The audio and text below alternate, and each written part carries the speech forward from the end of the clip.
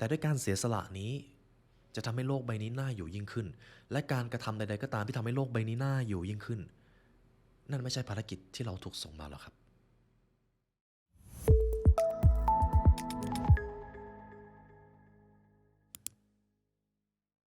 ความรู้ในหนังสือเล่มนี้คุณสามารถเข้าใจได้ภายใน 2-3 วันคุณคิดว่าคุ้มไหมครับและถ้าความเข้าใจนั้นสร้างการเปลี่ยนแปลงในชีวิตให้กับคุณจริงๆคุณคิดว่าอะไรมันจะเกิดขึ้นครับ4ด้านของชีวิตครับร่างกายนิสัยความคิดจิตวิญญาณคุณจะได้ค้นพบแนวทางการสร้างเสาหลักทั้ง4นี้ให้กับตัวคุณเองและนี่คือสิ่งที่เราจะมาเรียนรู้ลงมือทำและสร้างการเปลี่ยนแปลงทั้งอนาคตของคุณต่อจากนี้และนี่คือสิ่งที่เราจะได้มาเรียนรู้กันในคลาสสัมมนานะครับและพลังที่อยู่ในจิตวิญญาณของคุณผมจะพาคุณมาพบสิ่งนั้นเองสำหรับคลาสเรียน The Emperor of Life ครับสามารถลงทะเบียนเรียนได้แล้ววันนี้ที่ Line @The Library ครับบัตรซิลเวอร์เรียนออนไลน์2วันในวันที่23และ24กรกฎาคมส่วนบัตรโกลด์ครับเรียนออนไลน์2วันครับและเพิ่มสัมมนาออนไซต์ไปอีก1วันเราจะได้มาเจอกันในสถานที่จริงเจอคอมมูนิตี้จริงๆและผมจะเป็นคนนำห้องนั่นเองครับสำหรับวันออนไซต์ครับเจอกันในวันที่26กรกฎาคมครับเรียนทั้งชีวิตจากภายในสู่เวอร์ชันที่ดีที่สุดของตัวเองและเวลามาเจอกันครับเพราะการเรียนรู้จะทำให้คุณเป็นอิสระและคุณจะได้กลายมาเป็นเจ้าของชีวิตอีกครั้งหนึ่งครับ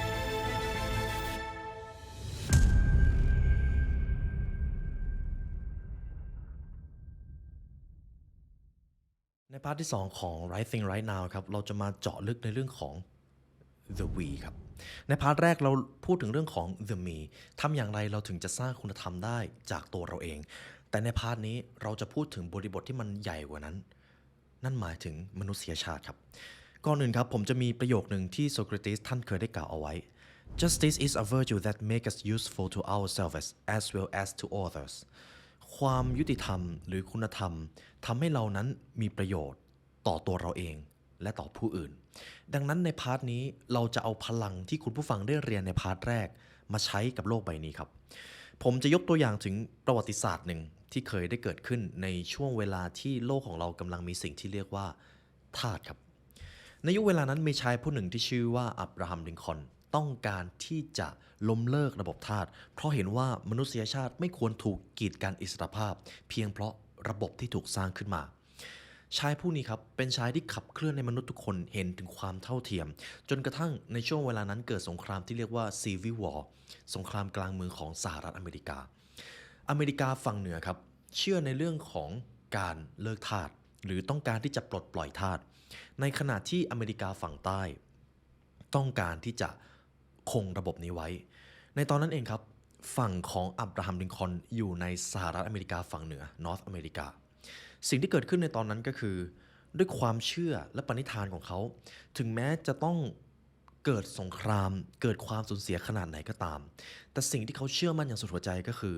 ไม่ว่าจะด้วยเหตุผลอะไรก็ตามมนุษย์ทุกคนควรมีอิสรภาพและความเท่าเทียมกันไม่ว่าจะเป็นคนชนชาติใด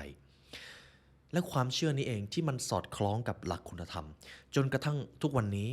อับราฮัมลินคอล์นคือหนึ่งในผู้นำที่ถูกจดจำว่าเป็นผู้นำที่ดีที่สุดคนหนึ่งของโลกเขาอาจจะไม่ใช่ผู้นำที่ฉลาดปราดเปรื่องที่สุดอาจจะไม่ใช่ผู้นำที่ดูมีบารมีที่สุดเพราะเขามีบุคลิกที่ค่อนข้างเก่งกาจแต่เพราะปณิธานและคุณธรรมของเขาทำให้โลกเลือกที่จะจดจำเขาดังนั้นครับในความยิ่งใหญ่ที่ไม่ธรรมดาล้วนเกิดการกระทำของวีรบุรุษบางคนที่ไม่มีพลังวิเศษแต่เขาเลือกทำบางสิ่งบางอย่างที่อยู่เหนือความธรรมดาสิ่งนี้กำลังบอกอะไรเรารู้ไหมครับคุณก็สามารถทำในสิ่งนั้นได้หนังสือเล่มนี้เขียนเอาไว้ครับพลังแห่งคุณธรรมอำนาจแห่งคุณธรรมเราทุกคนต่างมีอำนาจนั้นบางครั้งพลังนั้นมาในรูปแบบของการที่เราใส่ใจต่อใครสักคนบางครั้งอาจมาในรูปแบบในการที่เราได้ช่วยเหลือผู้อื่นไม่ว่าจะเป็นเรื่องเล็กน้อยหรือเรื่องใหญ่บางครั้งมันอาจเป็นการที่เราใจกว้างแต่เพื่อนมนุษย์บางครั้งมันอาจเป็นการสร้างบางสิ่งให้แก่คนรุ่นหลังบางครั้งมันอาจเป็นการยืนหยัดแทนคนที่อ่อนแอเราทุกคนต่างมีเจตจำนงอิสระเพื่อที่จะเลือกกระทำในสิ่งนี้แทบทั้งสิ้นเปิดเรื่องแบบนี้นะครับเริ่มที่หัวข้อที่1ทำอย่างไรเราถึงจะสามารถสร้างพลังของ virtue หรือเรื่องของ justice ให้กับผู้อื่นได้ข้อที่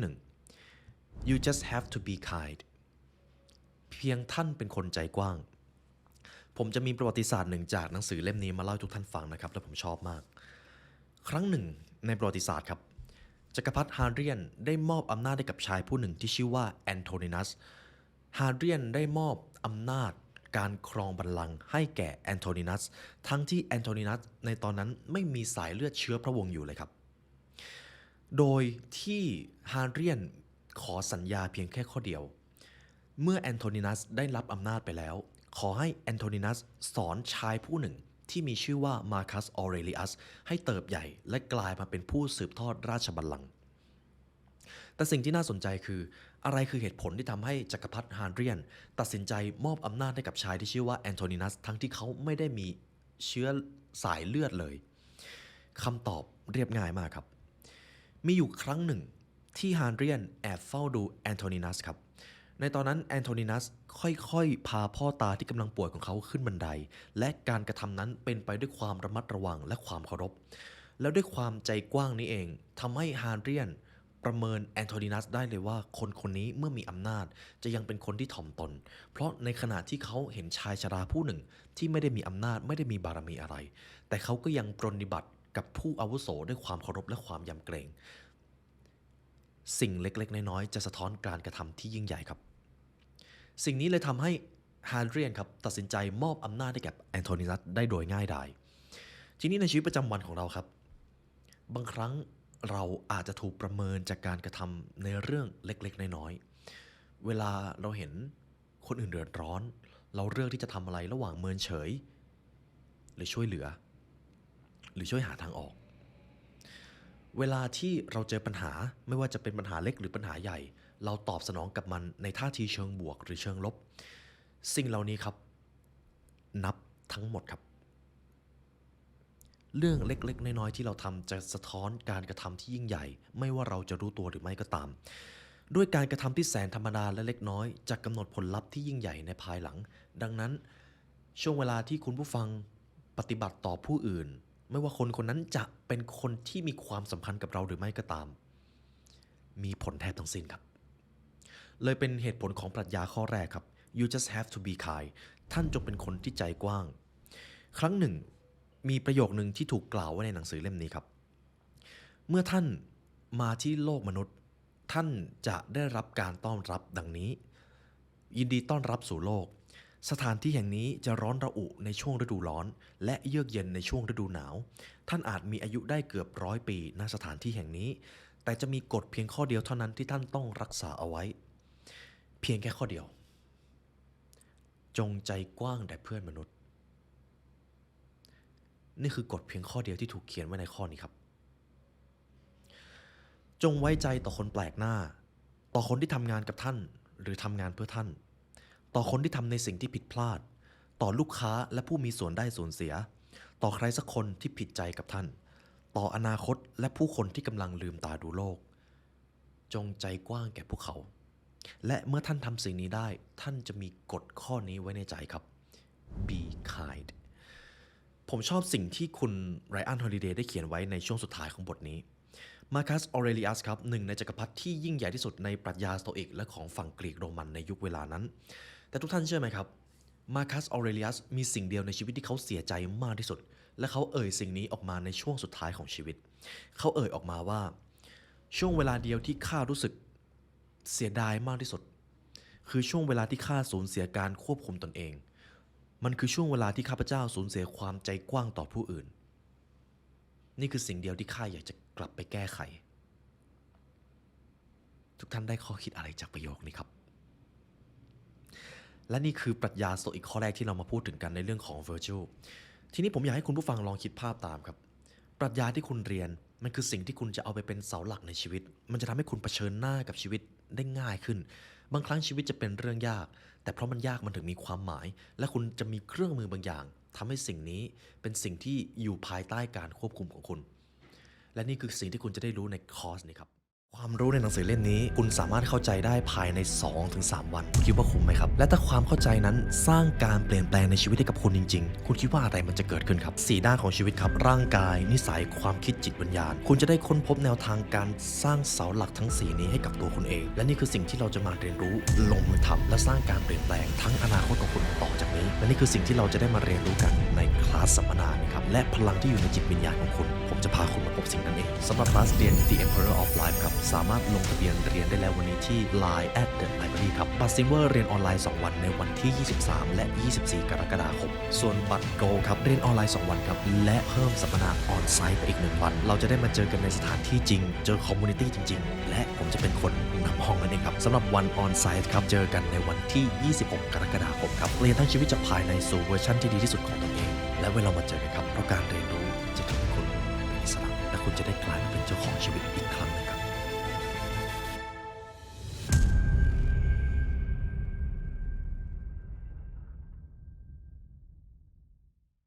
ทีนี้จบในเรื่องของหัวข้อที่1นะครับ you just have to be kind ทีนี้มาดูข้อที่2ทำอย่างไรเราถึงจะเป็นคนที่มีคุณธรรมต่อผู้อื่นได้อย่างมีประสิทธิผลข้อที่2ครับ you have to help จงช่วยเหลือผู้อื่นจงทำตัวให้เป็นประโยชน์จะมีประโยคนึงที่ถูกเขียนไว้ขออนุญาตอ่านให้ฟังนะครับสิ่งสำคัญไม่ใช่ว่าคุณจะทำสำเร็จได้อย่างไรแต่สิ่งที่สำคัญคือคุณจะเป็นประโยชน์ได้อย่างไรต่างหากนี่คือสิ่งที่คุณควรถามตัวเองในทุกๆครั้งที่คุณจะทำในทุกสิ่งเป็นเรื่องธรรมดาที่วันหนึ่งคุณจะพบเจอกับคนที่มีทัศนคติที่ว่าแค่ชีวิตของเรามันก็ยุ่งมากพออยู่แล้วฉันมีปัญหาที่ต้องปวดหัวอยู่แล้วฉันไม่อยากมีปัญหาทุกอย่างมันยากไปหมดฉันอยู่เฉยๆดีกว่าไม่อยากเดือดร้อนคุณเคยเจอคนที่มีทัศนคติแบบนี้ไหมครับหรือบางครั้งเราก็เป็นคนคนนั้นเสียเองผมจะลองยกบริบทตัวอย่างให้คุณลองคิดภาพตามหากคุณเจอคนสติไม่ดีที่กำลังยืนโวยวายอยู่ข้างทางคนเดียวอะไรคือสิ่งที่คุณจะทำระหว่าง 1. เดินผ่านไปไวๆ 2. โทรหาตำรวจ 3. เผชิญหน้ากับเขาอะไรคือสิ่งที่คุณเลือกที่จะทำครับความจริงก็คือคน 70% จะเลือกทำในข้อที่ 1คน 28% จะเลือกทำข้อที่ 2จะมีเพียงแค่ 2% เท่านั้นที่จะกล้าไปเผชิญหน้าและตักเตือนเขาจริงๆคน 2% นี้คือคนที่มีความกล้าหาญและกล้าเผชิญหน้ากับความกลัวสิ่งนี้ครับคุณผู้ฟังเคยเจอสถานการณ์ที่ทุกคนมองเห็นบางสิ่งบางอย่างที่มันผิดปกติแต่ก็ไม่มีใครกล้าไปทำอะไรกับความผิดปกตินั้นไหมครับคุณคิดว่าเป็นเพราะอะไรครับกลัวหรือรู้สึกว่ามันไม่ใช่ธุระของฉันหรือรู้สึกว่าไม่อยากจะเพิ่มความรับผิดชอบเข้าหาตัวเองและไม่ว่าเหตุผลนั้นจะเป็นอะไรก็ตามครับหากคุณเจอความผิดปกติบางอย่างเจอปัญหาบางอย่างแล้วเลือกที่จะเมินเฉยคุณก็ไม่ต่างจากคนอื่นเลยมันอาจจะฟังดูเจ็บปวดนะครับแต่นี่คือความจริงที่มันเกิดขึ้นในโลกของเราจริงๆแต่ถ้าคุณเป็นคนหนึ่งที่เมื่อเจอความผิดปกติเจอปัญหาบางอย่างแล้วเผชิญหน้ากับมันเทคความรับผิดชอบเทคความเสี่ยงคุณคือคนที่มีคุณธรรมระดับสูงในตัวเองครับและคุณมีปรัชญาข้อนี้ไว้ในใจแล้วครับ you have to help จงช่วยเหลือผู้อื่นทีนี้เรามาดูในบริบทที่2หากมีเพื่อนร่วมงานของคุณพร่ำบ่นและกระจายพลังงานลบไปให้คนรอบข้างคุณจะทำอย่างไรระหว่าง 1. เมินเฉยและปล่อยให้มันผ่านไปกับ 2. ตักเตือนถึงแม้ว่าคุณจะรู้ว่าเขาอาจจะไม่ชอบคุณก็ตามอะไรคือสิ่งที่คุณทำในช่วงเวลาที่ผ่านมาครับและนี่แหละครับคือคำตอบสำหรับข้อนี้มันเป็นสิ่งที่ฝึกกันได้ครับบางครั้งมันอาจจะเป็นการยืนหยัดเพื่อคนที่ไม่กล้ายืนหยัดต่อบางสิ่งเรามาดูข้อที่3ครับหากคุณต้องการที่จะสร้างคุณธรรมและส่งอิทธิพลไปให้แก่ผู้อื่นได้คุณจะต้องมีข้อนี้ start small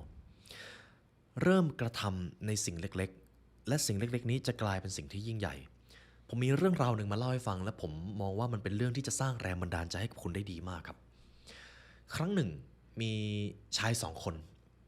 ไปเดินเล่นที่ชายหาดและในตอนนั้นครับช่วงเวลาก่อนหน้าคลื่นทะเลได้ซัดสาดปลาดาวมาอยู่บนชายฝั่งจนกระทั่งเมื่อน้ำลงคลื่นทะเลก็ค่อยๆลดลงไปแต่ปลาดาวที่ถูกซัดมาจะยังอยู่บนหาดทรายอยู่เป็นพันตัวเลยครับบนชายหาดนั้นชาย2คนเดินไปบนชายหาดมีชายคนหนึ่งครับเลือกที่จะหยิบปลาดาวแล้วก็โยนมันลงทะเลเพราะไม่อยากให้ปลาดาวตายจากการขาดน้ำชายคนที่2เห็นดังนั้นก็ถามว่าแกโยนปลาดาวไปทำไมหรอ ชายคนที่หนึ่งก็ตอบว่าอ๋อไม่อยากให้ปลาดาวเหล่านี้ตายเนี่ยค่อยๆโยนเดี๋ยวก็ครบแล้วชายคนที่สองก็ถามว่าบนชายหาดนี่มีตั้ง1,000 ตัวเลยนะถ้าแกจะช่วยปลาดาวทั้งหมดแกทำไม่ได้หรอกมันเยอะสิ่งที่ชายคนแรกตอบกลับมาเขาตอบกลับมาสั้นๆครับนี่ไงเราช่วยได้1 ตัวแล้วสิ่งนี้จะสะท้อนถึงการกระทำเล็กๆครับถึงแม้บางครั้งมันจะมีเรื่องเป็นร้อยเป็นพันเลยที่คุณต้องทำแต่มันก็มีเพียงแค่เรื่องเดียวที่คุณจะทำแล้วมันจะสำเร็จค่อยๆโยนปลาดาวลงทะเลไปครับและเดี๋ยวมันก็ครบและเชื่อเถอะครับสุดท้ายแล้วงานเล็กๆน้อยๆในชีวิตทำยังไงมันก็ไม่หมดแต่คุณสามารถค่อยๆทำเก็บเล็กเก็บน้อยจนมันกลายเป็นความสำเร็จที่ยิ่งใหญ่ได้มันคือหนึ่งในปรัชญาไคเซ็นนั่นเอง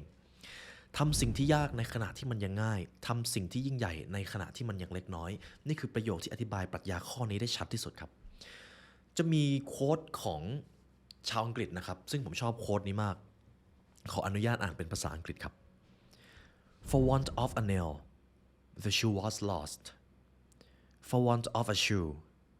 the horse was lost For want of a horse the knight was lost For want of a knight the battle was lost For want of a battle the kingdom was lost all for the want of a horseshoe nail เพราะช่างลืมใส่ตะปูจึงเสียเกือกม้าเพราะเสียเกือกม้าม้าจึงเสียกำลังเพราะม้าเสียกำลังจึงเสียขุนศึกเพราะเสียขุนศึกจึงพ่ายสงครามเพราะพ่ายสงครามจึงเสียเมืองเมืองล่มสลายเพียงเพราะช่างลืมใส่ตะปูตอนทำเกือกม้าทุกท่านได้ข้อคิดอะไรจากประโยคนี้ครับบางครั้งปัญหาที่มันใหญ่ๆอาจจะเกิดขึ้นจากการที่เราลืมรายละเอียดเล็กๆน้อยๆไปบางครั้งจริงไม่จริงครับและนี่แหละครับคือ start small เพราะช่างตีเกือกม้ามิได้ตอกตะปูเกือกม้าจึงไม่มั่นคงม้าจึงล้มขุนพลจึงพ่ายกองทัพจึงแพ้สงครามจึงจบลงด้วยการเสียเมืองทั้งหมดนี้เริ่มต้นจากตะปูตัวเดียวที่ไม่ได้ถูกใส่ลงไปและนี่คือปรัชญาข้อที่4ครับเริ่มต้นจากสิ่งเล็กๆบางครั้งคุณอาจยังไม่ต้องรอให้ตัวเองมีอำนาจหรือมีตำแหน่งก็ได้ครับเพียงแค่คุณกล้ายืนหยัดบางอย่างและทำให้คนรอบข้างได้รับแรงบันดาลใจจากคุณนั่นแหละครับคุณกำลังสตาร์ทจากจุดที่มันเล็กๆแล้ววันหนึ่งมันจะกลายเป็นจุดที่ยิ่งใหญ่ครับ Create alliance จงสร้างพันธมิตรย้อนกลับไปในตอนแรกที่ผมเล่าถึงชายผู้หนึ่งที่ชื่อว่าอับราฮัมลิงคอล์นในตอนที่อับราฮัมลิงคอล์นครับได้รับการเลือกเป็นประธานาธิบดีของสหรัฐอเมริกาในตอนนั้นสิ่งที่เขาทำน่าประทับใจมากยิ่งกว่าเดิมก็คือเขาไปเอาคนที่เคยเป็นศัตรูของเขาในเกมการเมืองมาเป็นฝั่งเดียวกับเขาและหนึ่งในเกมของอำนาจครับหากคุณเอาศัตรูมาเป็นมิตรได้ศัตรูจะเป็นมิตรที่คุณสามารถเชื่อใจเขาได้มากที่สุดเพราะเขาจะมีหลายอย่างที่เขาต้องพิสูจน์ตนเองในขณะที่คนที่มีโอกาสทรยศคุณมากที่สุดอาจจะไม่ใช่ศัตรูอาจจะเป็นคนที่คุณมองว่าเขาเป็นมิตรที่คุณเชื่อใจและในการที่อับราฮัมลินคอล์นทำแบบนี้ครับเขาเชื่อในสิ่งที่เรียกว่ามิตรภาพและความเชื่อใจการที่เขาเอาศัตรูมาเป็นพวกพ้องของตนเองมันหมายความว่าเขาพร้อมจะให้โอกาสคนที่ครั้งหนึ่งเคยต่อต้านเขาและสิ่งนี้ทำให้เขามีความสามารถในการเชื่อใจคนครับด้วยการที่คุณเดินหน้าร่วมมือกับผู้อื่นมากกว่าการแข่งขันด้วยการสร้างผลประโยชน์ร่วมกันมากกว่าการแย่งชิงสิ่งนี้จะทำให้คุณกลายเป็นคนที่มีคุณธรรมและมีอำนาจในการเปลี่ยนแปลงผู้อื่นครับข้อต่อไปครับ become powerful หากคุณอยากจะเป็นคนที่มีคุณธรรมแล้วต้องการสร้างการเปลี่ยนแปลงให้โลกใบนี้คุณจะต้องมีสิ่งหนึ่งครับและสิ่งนี้เป็นสิ่งที่ทำลายชีวิตคนมานับไม่ถ้วนแต่คุณจะต้องควบคุมสิ่งนี้ให้อยู่สิ่งนั้นมีชื่อว่าอำนาจครับ authority หรือ power ผมจะมีเรื่องราวหนึ่งในประวัติศาสตร์มาเล่าให้ฟังครับและเรื่องนี้จะทำให้คุณรู้ถึงความจริงของโลกนี้416 ปี BC ครับก่อนคริสตกาลมีเกาะอยู่แห่งหนึ่งชื่อว่าเกาะเมโลสเกาะเมโลสเป็นเกาะเล็กๆในทะเลอีเจียนเกาะแห่งนี้ครับถูกรุกรานโดยชาวเอเธนส์มหาอำนาจต่างชาติที่ปกครองดินแดนเมดิเตอร์เรเนียนในตอนนั้นครับชาวเอเธนส์รุกรานเกาะเมโลสแต่จริงๆแล้วชาวเอเธนส์ไม่ได้ต้องการเกาะแห่งนี้ครับแต่พวกเขาเพียงแค่กังวลว่าศัตรูอย่างชาวสปาร์ตันจะมาครอบครองเกาะแห่งนี้ ชาวเอเธนส์จึงโจมตีและเรียกร้องให้ชาวเมโลสยอมจำนนในสงครามนี้ครับชื่อว่าเพโลพอนนีเซียนครับเป็นสงครามที่ยาวนานมากสิ่งที่เกิดขึ้นก็คือคุณลองคิดภาพตามนะครับคุณเป็นชาวเมโลสอยู่เกาะเมโลสในตอนนั้นแล้วอยู่ดีๆมีชาวเอเธนส์มาบุกคุณโดยที่คุณก็ไม่ได้ทำอะไรผิดมาก่อนเลยคุณจะรู้สึกยังไงครับหากคุณเป็นชาวเมโลสในตอนนั้นคุณรู้สึกว่ามันไม่ยุติธรรมใช่ไหมครับที่อยู่ดีๆคุณก็ถูกทำร้ายและนี่คือสิ่งที่เกิดขึ้นต่อจากนั้นครับในตอนนั้นครับชาวเมโลสเผชิญหน้ากับชาวเอเธนส์อย่างกล้าหาญด้วยการต่อต้านทั้งการใช้กำลังแล้วการทูตถึงแม้จะมีจำนวนน้อยกว่ามีอาวุธยุทโธปกรณ์ที่ล้ำสมัยน้อยกว่าแต่ชาวเมโลสก็ไม่ได้ยอมแพ้ในตอนนั้นเองครับผลลัพธ์สุดท้ายก็คือชาวเอเธนส์ปิดล้อมเมืองและส่งนักการทูตไปเจรจาเพื่อให้ชาวเมโลสยอมจำนนครับ ตอนนั้นชาวเมเลียนหรือชาวที่อยู่ในเกาะเมโลสนะครับโต้แย้งกับชาวเอเธนส์ว่าอยู่ดีๆท่านมารุกรานดินแดนของเราการรุกรานประเทศที่มีอำนาจอธิปไตยโดยที่ปราศจากเหตุผลการทำศึกก่อนถือเป็นเรื่องน่าโกรธแค้นยิ่งนักพวกเรามีสิทธิที่จะเป็นกลางพวกเรามีสิทธิที่จะเป็นอิสระด้วยเหตุนี้พวกเราไม่ได้ทำอะไรผิดไปเลยฉะไหนชาวเอเธนจึงมารุกรานเราท่านจะหาเหตุผลมาอธิบายการกระทำของท่านได้อย่างไร ชาวเอเธนส์ครับก็รับรู้ครับว่าสิ่งที่ตนทำคือการไปรุกร้ำดินแดนอธิปไตยโดยที่เขาไม่ได้ทำอะไรผิดเลยแต่สิ่งที่ชาวเอเธนส์ตอบกลับเขาตอบกลับสั้นๆว่าฝั่งเอเธนส์ตอบกลับสั้นๆว่าเราจะไม่ทำให้คุณลำบากใจด้วยข้ออ้างอันไร้สาระแต่นี่มันคือกฎของโลกผู้ที่อ่อนแอกว่าย่อมต้องทนทรมานจากผู้ที่แข็งแกร่งกว่า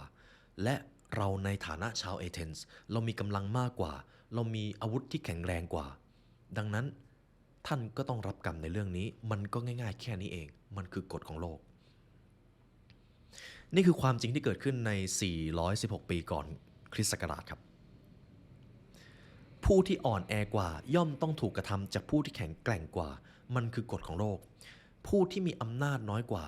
ย่อมต้องถูกกระทำจากผู้ที่มีอำนาจเยอะกว่าและนี่ก็คือความจริงของโลกมันอาจจะทำให้คุณดูเจ็บปวดนะครับแต่มันคือความจริง คุณจะยังเห็นคนที่ต้องเดือดร้อนจากใครบางคนที่ใช้อำนาจในทางที่ผิด คุณจะยังเห็นการเข็นฆ่า คุณจะยังเห็นสงครามจากเกมของอำนาจจากใครคนใดคนหนึ่ง คุณจะยังเห็นการเปลี่ยนผ่านในเชิงลบจากใครบางคนที่มีอำนาจและสั่งการในทางที่ผิด โลกของเราจะมีสิ่งนี้เกิดขึ้นเสมอครับตราบใดที่ยังมีมนุษย์อยู่คำถามสำคัญครับ แล้วคุณคิดว่าหากวันหนึ่งคุณได้รับอำนาจมาคุณมีสิทธิในการควบคุมพฤติกรรมและผลลัพธ์ชีวิตของคนคุณจะกลายเป็นใครครับนี่คือคำถามที่สำคัญกว่าครับมันคือคำตอบที่ต้องสมดุลด้วยศีลธรรมหลายครั้งอำนาจขาดศีลธรรมและด้วยความไม่สมดุลนี้เองมันทำให้เราเคลือบแคลงไปด้วยอำนาจมืดและความโหดร้ายหลายคนตกม้าตายในตอนที่เขามีอำนาจ อำนาจปกครองโลกนี้และประวัติศาสตร์ก็ถูกเขียนขึ้นจากบุคคลที่ใช้มัน หากเราลองดูในประวัติศาสตร์ครับ ก็จะมีไม่กี่คนที่ถูกขานชื่ออยู่บ่อยๆ และพวกเขาเหล่านั้นก็มักจะถูกมองว่าเป็นคนที่เขียนเหตุการณ์บางอย่างในประวัติศาสตร์ขึ้น เพราะเขามีอำนาจครับ เขาสั่งการให้ใครบางคนทำในสิ่งที่เขาต้องการได้ และเขาก็สามารถสั่งได้ว่าเขาจะจารึกประวัติศาสตร์ไว้ในชื่อเขาว่าอย่างไร ดังนั้นครับ หากคุณต้องการสร้างการเปลี่ยนแปลงให้กับโลกใบนี้ไม่ว่าอย่างไรก็ตามไม่ว่าคุณจะชอบหรือไม่คุณต้องมีอำนาจคุณไรอันฮอลิเดย์เขาได้เขียนเอาไว้ครับคุณธรรมที่ไร้อำนาจไม่อาจสำเร็จได้ผู้ที่ไร้อำนาจก็ต่อกรกับความชั่วร้ายไม่ได้หากไร้อำนาจคุณก็ทำอะไรไม่ได้เลยไม่สำคัญว่าในโลกนี้จะยังมีบุคคลที่ใช้คุณธรรมในทางที่ผิดหรือทางที่ถูกแต่ความกล้าหาญที่แท้จริงคือคนที่มีอำนาจแต่ยังสมดุลไว้ซึ่งคุณธรรมและหลายครั้งโลกไม่ได้ปรบมือให้กับพวกเขาเหล่านี้ครับย้อนกลับไปในยุคประวัติศาสตร์มีหลายคนที่ใช้อำนาจในทางที่ถูกต้องแต่มีหลายคนครับที่เขาทำดีก็จริงแต่ไม่มีใครปรบมือให้เขาเลยยังจำในพาร์ทแรกได้ไหมครับบางครั้งคุณธรรมอาจมาจากการในรูปแบบที่คุณทำในสิ่งที่ถูกต้องโดยที่คุณไม่สนว่าจะมีคนปรบมือให้คุณหรือเปล่า คุณธรรมคือการทำสิ่งที่ถูกต้องไม่ใช่การเลือกทำในสิ่งที่ถูกใจครับดังนั้น บางครั้งคุณธรรมอาจทำให้คุณเจ็บปวดครับแต่ถ้าหากคุณจะเลือกเดินทางทำในสิ่งที่ถูกต้องความเจ็บปวดนั้นอาจจะคุ้มค่าสำหรับคุณครับระหว่างคุณธรรมกับผลประโยชน์บางครั้งคุณก็จะต้องเลือกสองทางนี้และมันอาจจะไปด้วยกันไม่ได้นั่นเองคนเหล่านี้ไม่ได้ต้องการให้ใครมาชอบพวกเขาแค่ต้องการทำในสิ่งที่ถูกต้องเขาจึงเลือกทำในสิ่งที่คุณธรรมแม้พวกเขาจะมีอำนาจก็ตามจบประโยคสำหรับข้อนี้ครับข้อต่อไปครับปรัชญาที่ว่า be a legacy จงสร้างคนให้เป็นผู้นำนี่คือสิ่งที่คุณจะประสบความสำเร็จในวันที่คุณมีคุณธรรมมากพอที่จะสร้างการเปลี่ยนผ่านที่ดีให้กับผู้อื่นจงสร้างคนให้เป็นผู้นำครับไม่ว่าจะด้วยเหตุผลอะไรก็ตามผู้นำที่ยอดเยี่ยมจะส่งต่อองค์ความรู้จะส่งต่อความสามารถของตนให้กับผู้อื่นเพราะเขาเชื่อว่าสุดท้ายแล้วคนรุ่นหลังก็จะต้องมาแทนที่เขาในวันใดวันหนึ่งคำถามวันนี้ครับวันนี้ที่คุณใช้ชีวิตอยู่คุณกำลังสร้างบางสิ่งบางอย่างให้คนรุ่นหลังอยู่หรือเปล่ามันอาจจะเป็นองค์กรที่ขับเคลื่อนคุณค่าบางอย่างมันอาจจะเป็นการที่คุณส่งต่อความรู้ในสิ่งที่คุณเชื่อว่ามันถูกต้องสำหรับเขามันอาจจะเป็นแนวความคิดบางอย่างที่ทำให้คนรุ่นหลังสามารถเผชิญหน้ากับชีวิตได้อย่างมีประสิทธิภาพคุณส่งต่ออะไรให้กับคนรุ่นหลังอยู่ครับจงใส่ใจต่อผู้อื่นแม้ผู้อื่นจะไม่ใส่ใจต่อท่านจงทำสิ่งที่ยิ่งใหญ่กว่าท่านแม้บางครั้งมันอาจหมายถึงการเสียสละสิ่งที่มีคุณค่าสำหรับตัวท่านเองแต่ด้วยการเสียสละนี้จะทำให้โลกใบนี้น่าอยู่ยิ่งขึ้นและการกระทำใดๆก็ตามที่ทำให้โลกใบนี้น่าอยู่ยิ่งขึ้นนั่นไม่ใช่ภารกิจที่เราถูกส่งมาหรอกครับนี่คือคำถามที่ผมจะปิดไว้สำหรับหนังสือเล่มนี้ในพาร์ทที่2นะครับและนี่ก็คือส่วนที่2 The We ครับปรัชญาทั้งหมดที่คุณได้ฟังมาตั้งแต่วินาทีแรกคือสิ่งที่จะทำให้คุณเอาคุณธรรมนี้ไปสร้างการเปลี่ยนแปลงเชิงบวกให้กับผู้อื่นและย้ำอีกครั้งนะครับหากคุณอยากจะมีเครื่องมือได้ลงมือทำได้ค้นพบได้ตกผลึกปรัชญาเหล่านี้จริงๆผมแนะนำให้คุณมาเจอสถานที่จริง on site และคุณจะได้เจอผมในวันนั้นด้วยและเชื่อเถอะครับไม่มีการลงทุนไหนที่คุ้มค่าไปมากกว่าการลงทุนกับตัวท่านเองครับและสำหรับวันนี้ได้เวลาอันสมควรแล้วครับทางผู้ร่วมงาน The Library Learn และตัวผมไลออนยูสิงขอกล่าวอำลาทุกท่านไปก่อนขอให้วันนี้เป็นวันที่ดีของทุกท่านครับสวัสดีครับถ้าคุณรักในการพัฒนาตัวเองครับทุกท่านโปรดกด Subscribe ให้ The Library เพื่อเป็นส่วนหนึ่งของ1 ล้านซับด้วยครับได้ไหมครับกดข้างล่างเลยครับ